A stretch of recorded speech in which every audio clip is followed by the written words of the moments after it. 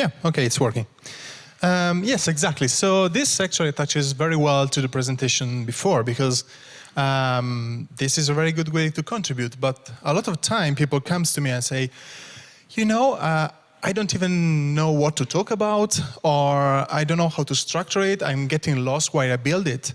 So a while ago, I put together a kind of course, a few interactive classes that boils down to 4 very basic steps. And I took inspiration from this guy, because, I mean, it was a really, really good inspiration. And he told me that, well, I should do things presenting like a boss, right? And I was thinking about it. How do you do that? Well, first you have B. B means benchmark. This is a step that a lot of people skip, but it's incredibly useful, not just because you gain awareness, but also because you gain confidence. You see that maybe another person talked about exactly the same topic, and they said something wrong, or they said something that you don't agree with, or they say too little. So this is a very good thing. And also on the positive side, you see what they did good, so you can borrow things. So benchmarking it's very useful, but in general, so benchmarking means also who I'm going to speak to. I'm speaking to developers, I'm speaking to designers, product managers, what kind of people are going to be in the audience.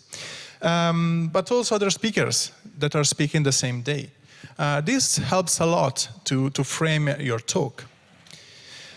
And once you did that, this is another very difficult thing, but it's very useful. Do one thing.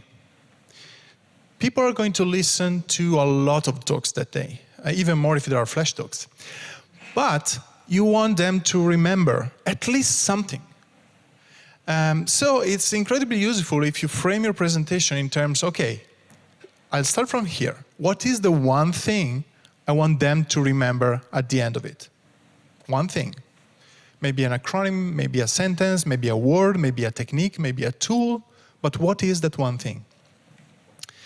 And that's just it. So what they can remember, right?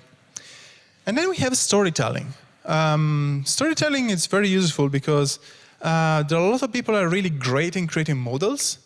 But as Jenny said before, sometimes it's just about your own story. Sometimes by telling the story, you're actually adding all the small details that made a difference. So when you say, even when you describe a model, when you describe a technique, when you describe something abstract, try adding something yours, something that is a story that exists, or something that you just borrowed again from someone else that it was a really good story, and it makes everything richer and more memorable. And then we have style. Style isn't just, personal style, but it's really a very simple way to create your own identity. So in terms of appearance, just slide design or anything else.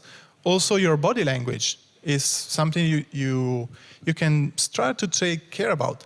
Sometimes there are people who say, well, you know, I'm very clumsy on stage and I'm very nervous.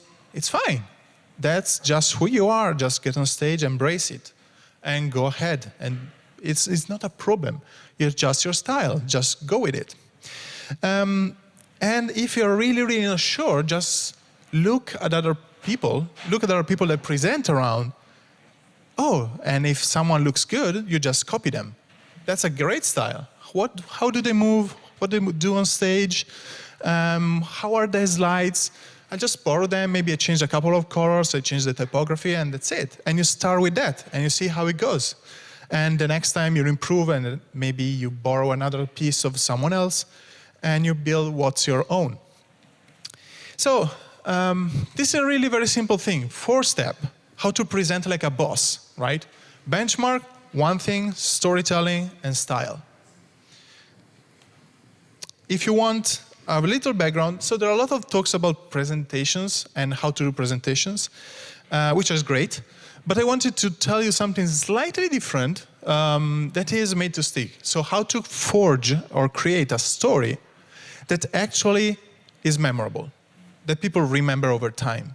This is a great book on the subject if you want to read it. And that's it. the objective is really try to simplify and try to get to that one point.